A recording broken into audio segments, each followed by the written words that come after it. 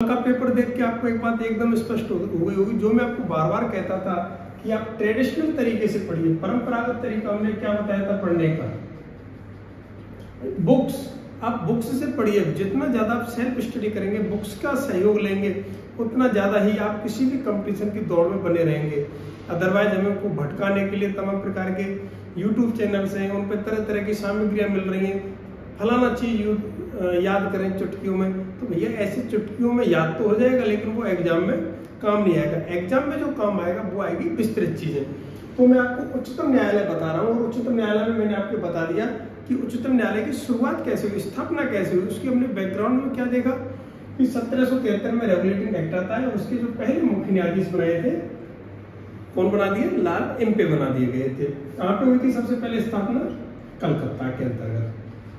ठीक है फ्रेंड्स, फिर हमने देखा भारत शासन अधिनियम 1935, इसके बारे में हमने विस्तार से जान लिया। और ये जो लागू हुआ था, ये लागू हो जाता है 1937 में। और इसके पहले मुख्य न्यायाधीश कौन बनाए गए? Sir Maurice Gwyer. अब आ जाते हैं यहाँ पे, हमारा भारत देश आजाद हुआ 15 अगस्त 1947 को। संविधान बनकर तैयार हो गया 26 नवंबर 1949 को। संविधान पर हस्ताक्षर हो गए 24 जनवरी 1950 को। और हमारा भारत देश गणतंत्र देश घोषित हो गया, गणतंत्रात्मक राज्य बन गया 26 जनवरी 1950 को। हमने क्या किया, यहाँ मैं एक बार और आपको रिपीट कर दूं, भारत शासन अधिनियम के तहत जो सर्वोच्च न्यायालय बना था, इसी को किस नाम से और जाना जाता है? Federal court. किस नाम से साथियों? फेडरल कोर्ट के नाम से जाना जाता है। अब आजाद भारत में, गणतंत्र भारत में जो उच्चतम न्यायालय की स्थापना हुई, वह कब होती है? 28 जनवरी 1950 को। इसके जो पहले मुख्य न्यायाधीश थे, इनके बारे में थोड़ा सा जान लें। ये जो भारत शासन अधिनियम के तहत जो फेडरल कोर्ट बना था, इसको उच्चतम न्यायालय ना कह के, सर्वोच्च न्यायालय ना कह के क्या कहा गया? संघीय न्यायालय।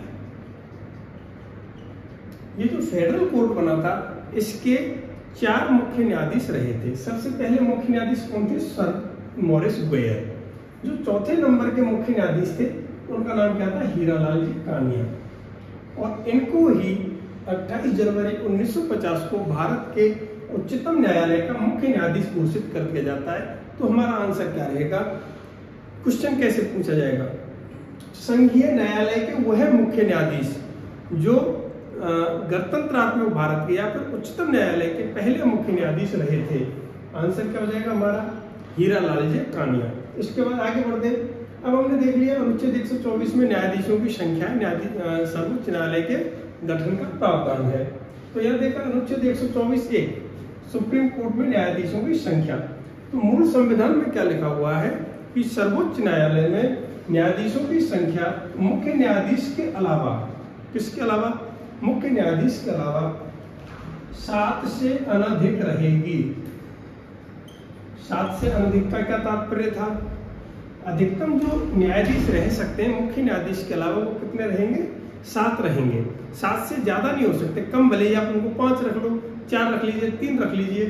तो ये इसमें स्ट्रक्चर था मूल संविधान में। लेकिन बाद में जैसे जैसे देश आगे बढ़ा, वैसे वैसे हमें न्यायाधीशों की अधिक संख्या की आवश्यकता हुई।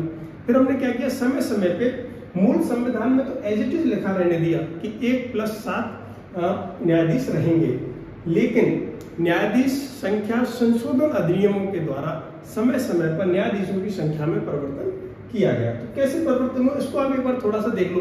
कभी भी पूछा जा सकता है कि साहब किस संविधान संशोधन के तहत कितने न्यायाधीश बढ़े थे, तो देख लेते हैं। ये तो था मूल संविधान में कितने मुख्य न्यायाधीश रहेगा? मुख्य न्यायाधीश तो एक ही रहेगा ऑब्वियसली। न्यायाधीश कितने रहेंगे? 7। 1956 में हमने क्या प्रावधान कर दिया? एक तो मुख्य न्यायाधीश रहेगा और न्यायाधीशों की संख्या कितनी रहेगी? 10। यानी कि टोटल हमने कितने की वृद्धि कर दी? +3 की। और आगे बढ़े, 1956 के बाद हमने क्या परिवर्तन किया? 1960 में। 1960 में कितने रहेंगे? एक मुख्य न्यायाधीश रहेगा और 13 न्यायाधीश रहेंगे। यहाँ न्यायाधीशों की संख्या में कितनी वृद्धि हुई? फिर से हुई 3 की। 1960 के बाद अगला वर्ष आता है 1977।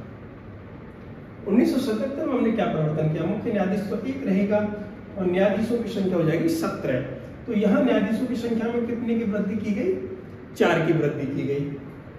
1986 एक मुख्य न्यायाधीश और 26 अन्य न्यायाधीश, कितने की वृद्धि हो गई? +9 की वृद्धि हुई। इसके बाद थोड़ा सा मैं यहाँ पे आपके लिए बता देता हूँ। 1986 के बाद अगला परिवर्तन आता है हमारा 2009 में। एक मुख्य न्यायाधीश और 30 अन्य न्यायाधीश होंगे। और 2009 के बाद अगला परिवर्तन आया था, और जो अंतिम बार परिवर्तन आया है 2019 में। और क्या प्रावधान किया गया? एक मुख्य न्यायाधीश और 33 अन्य न्यायाधीश रहेंगे। अब अगर वर्तमान में हमसे क्वेश्चन पूछा जाए मूल संविधान में न्यायाधीशों की संख्या कितनी है, अब भी हम अपना आंसर कितना देंगे? 1 + 7, क्योंकि क्वेश्चन क्या पूछा जा रहा है? मूल संविधान में न्यायाधीशों की संख्या। अगर पूछ लिया जाए वर्तमान में न्यायाधीशों की संख्या कितनी है, तो 1 + 33। इस क्वेश्चन को कैसे भी पूछ ले, सर्वोच्च उच्चतम न्यायालय में न्यायाधीशों की कुल संख्या, तो हमारा जवाब रहेगा 34, क्योंकि मुख्य न्यायाधीश को भी हम किस में शामिल करेंगे? न्यायाधीशों में शामिल करेंगे।